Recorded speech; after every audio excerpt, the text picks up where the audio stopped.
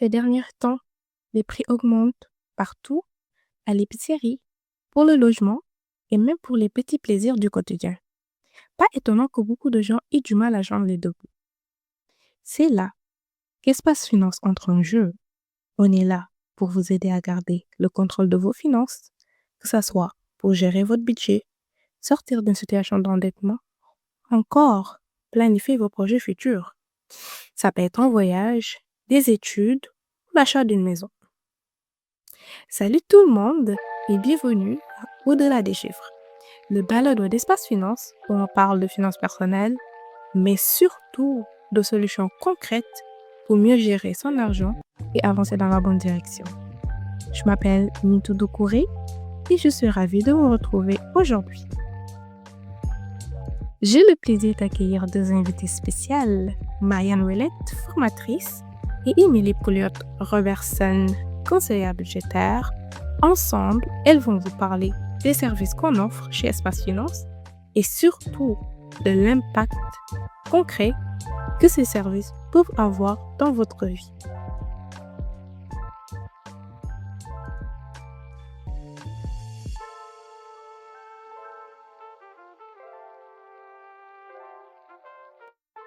Bonjour Émilie et Marianne. Bonjour. Est-ce que vous pouvez vous présenter? Oui, je m'appelle Marianne Ouellette, je suis formatrice chez Espace Finance depuis 2 ans et je m'occupe du volet jeunesse là, de la formation d'éducation financière d'Espace Finance.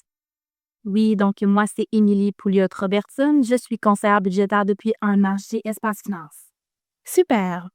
Alors, c'est quoi Espace Finance et quelle est votre mission? Eh bien, Mintou, Espace Finance, c'est un organisme sans but lucratif qui a été fondé en 1987. Donc, on travaille depuis près de 40 ans là, pour le bien-être financier des consommateurs. Peut-être que certains nous connaissaient avant sous le nom de ACF Rive-Sud de Québec. On a changé notre nom et notre image de marque au début de 2023. Notre mission chez Espace Finance, c'est d'aider les gens dans leurs finances personnelles et dans la défense de leurs droits de consommateurs et de locataires. C'est important de le savoir, on est neutre, on n'a aucun parti pris. On a pour objectif l'autonomisation des gens, c'est-à-dire qu'on ne dicte pas aux gens quoi faire. Notre but, c'est de les amener vers l'autonomie financière. On veut les éclairer, on veut les conseiller, les informer en amont pour faciliter leur prise de décision. Et j'aimerais ajouter qu'on est facilement accessible, disponible et que la confidentialité est très importante pour nous. Mais quels sont les services les plus demandés par vos clients? Pouvez-vous nous en parler davantage? Oui, Mintou, donc parmi nos services, on offre les consultations budgétaires pour appuyer les familles et les individus dans la gestion de leurs finances personnelles. En plus d'offrir un regard neutre sur l'organisation globale de leur budget, cette rencontre peut aider à prévenir ou à résoudre des problèmes d'endettement. Selon la situation, la consultation budgétaire permet d'obtenir une analyse neutre de la gestion globale des finances, une intervention sommaire en réponse à des besoins spécifiques, exemple une coupure d'électricité, une séparation ou la retraite. On offre également des outils et des moyens pour optimiser le budget. On offre de l'information et de la documentation. Et également, dans certains cas, des suivis budgétaires peuvent être offerts et ceux-là, en fait, sont échelonnés là, sur une plus longue période. Nos consultations sont offertes en personne ou à distance, en visioconférence, selon la préférence du client. Et bien entendu, ce service est toujours confidentiel. Par exemple, cela peut concerner un couple de parents qui aimerait réaménager leur budget pour épargner et refaire la toiture sans emprunter. Ou encore un jeune adulte récemment autonome qui a besoin d'aide pour organiser son budget ou payer ses dépenses. En 2023, nous avons effectué 129 consultations budgétaires, 34 suivis budgétaires et 48 interventions. Depuis le 1er avril 2024 jusqu'au 30 septembre 2024, nous avons déjà compilé 152 consultations, 32 suivis et 33 interventions budgétaires. Mais qui peut bénéficier de nos services? Existe-t-il des critères spécifiques ou des publics cibles? En fait, Espace Finance va desservir les populations de la grande ville de Lévis, mais également des MRC de Bellechasse, de Lillet, de Lobinière et de Montmagny. Nos services, en fait, vont s'adresser à toutes les personnes sans égard à leur revenu, à leur âge, à leur statut civil ou tout autre motif discriminant.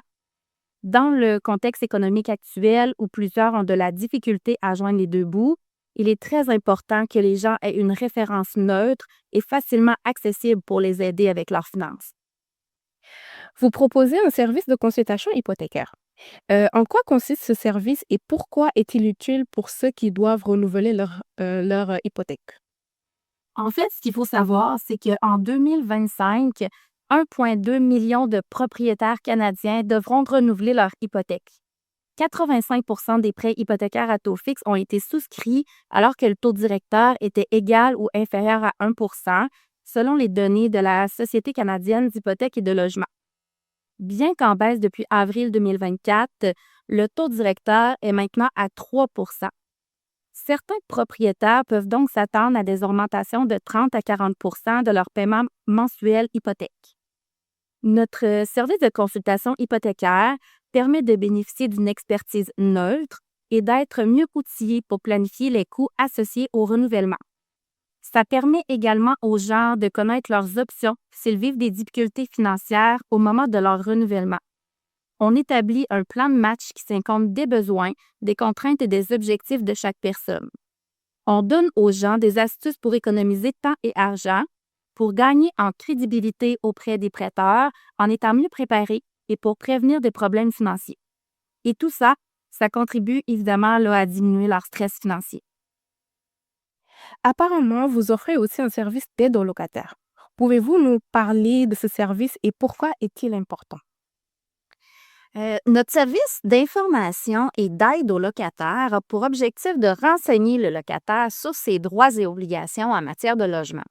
Il permet également d'outiller le locataire dans ses démarches auprès du tribunal administratif du logement. Ce service, dans le fond, permet d'appuyer le locataire dans le respect de ses droits et obligations, dans l'identification des recours en cas de litige, dans le calcul de la hausse du loyer, dans la négociation des clauses du bail, dans la préparation et la rédaction d'une mise en demeure ou autre démarche juridique, dans la référence vers les ressources compétentes également. On trouve important que les gens connaissent leurs droits, surtout en ce moment, dans le contexte de hausse et de pénurie de loyer. À titre d'exemple, des gens qui se questionnaient sur la salubrité du loyer trouvé ou bien des gens qui douteraient de l'augmentation annuelle du coût de leur loyer pourraient communiquer avec nous pour avoir des renseignements sur leurs droits. Vous fournissez également des informations aux consommateurs. Comment ce service fonctionne-t-il et quel type de conseils vous pouvez donner? Bien, notre service d'information aide les consommateurs à identifier les recours possibles en cas de litige avec un commerçant, par exemple, à obtenir des réponses claires sur des questions liées à la consommation, par exemple les garanties, les contrats, le crédit, etc. Permet également de prendre des décisions éclairées grâce à des conseils adaptés à leur situation et être référé vers les ressources appropriées. Ce soutien, qui est renforcé par des initiatives comme des cafés-conférences, des projets d'autonomisation, vise à fournir des solutions concrètes et à accompagner le consommateur dans leur démarche pour mieux gérer leurs droits et leurs finances. Si quelqu'un souhaite bénéficier de vos services, quelle est la procédure pour faire une demande? Oui, en fait, il y a 3 façons principales de nous contacter. La première étant par téléphone. On invite les gens à laisser un message dans notre boîte vocale en résumant les besoins et en mentionnant les coordonnées. Par la suite, on peut également nous envoyer un courriel. Écrivez-nous à info@commercial-espacefinance.ca en résumant votre situation. Et finalement, on peut également se rendre sur notre site web afin de remplir un formulaire qui est disponible sur la page du service en question. Nous nous engageons bien entendu à répondre rapidement à toutes les demandes pour que vous soyez accompagnés efficacement. Je vois que vous offrez aussi des formations. Quelles sont les formations disponibles et qui peut y participer? Ben oui, Mintou, on offre des formations absolument. Donc, chez Espace Finance, là, on croit en la prévention par l'éducation. C'est pourquoi nos formations offrent des outils aux gens, peu importe leur niveau de connaissance. On offre des ateliers en ligne, pour la plupart le soir, sur des sujets concernant les finances personnelles et les droits des locataires. Parmi les ateliers au programme, il y a budget finances personnelles, déjouer l'inflation, mesures fiscales pour les personnes proches aidantes, les études de vos enfants, là, le R3E, le choix d'un nouveau milieu de vie aîné en résidence privée, bail, hausse de loyer. Certains ateliers en ligne s'adressent également aux personnes immigrantes, comme budget et coût de la vie au Québec, info logement, nouveaux arrivants également. Pour assister à ces ateliers en ligne, on peut s'inscrire via notre site Internet sous l'onglet Services, inscription aux formations. On offre aussi des ateliers en présence aux organismes qui forment des groupes et qui nous invitent là, à aller chez eux et à donner un atelier. Parmi les thèmes d'atelier, en plus de ceux des ateliers en ligne que j'ai mentionnés tout à l'heure, s'ajoutent crédit et dossier de crédit, en route vers une saine santé financière, LPC, donc la loi de la protection du consommateur, connaître ses droits, contrats et pratiques abusives, maltraitance financière. Pour s'inscrire à ces ateliers-là, on va sur notre site Internet, onglet Organismes et entreprises, on choisit Formation de groupe et on clique sur Contactez-nous. L'an dernier, 39 groupes ont été rencontrés, ce qui a permis de rejoindre 523 personnes sur l'ensemble de notre territoire. Émilie, où peut-on suivre vos activités et rester informé de vos services? Oui, premièrement, on peut suivre nos activités via notre site web, donc espacefinance.ca. On peut également suivre nos publications régulières via Facebook. Ben, il y a aussi Instagram, YouTube et LinkedIn pour des contenus variés et engageants. Notre infolettre également, publiée plusieurs fois par année pour nos membres, partenaires et clients. Nous utilisons ces plateformes en fait pour informer le public de nos activités, partager des conseils, faire connaître des outils. Nos contenus incluent des capsules vidéo, des vignettes, des textes conseils, des entrevues radio et bien entendu un balado. Votre bureau se situe sur la rue Carrière à Lévis, mais en ce qui concerne les régions, où peuvent se rendre les gens pour rencontrer un conseillère ou participer à vos activités?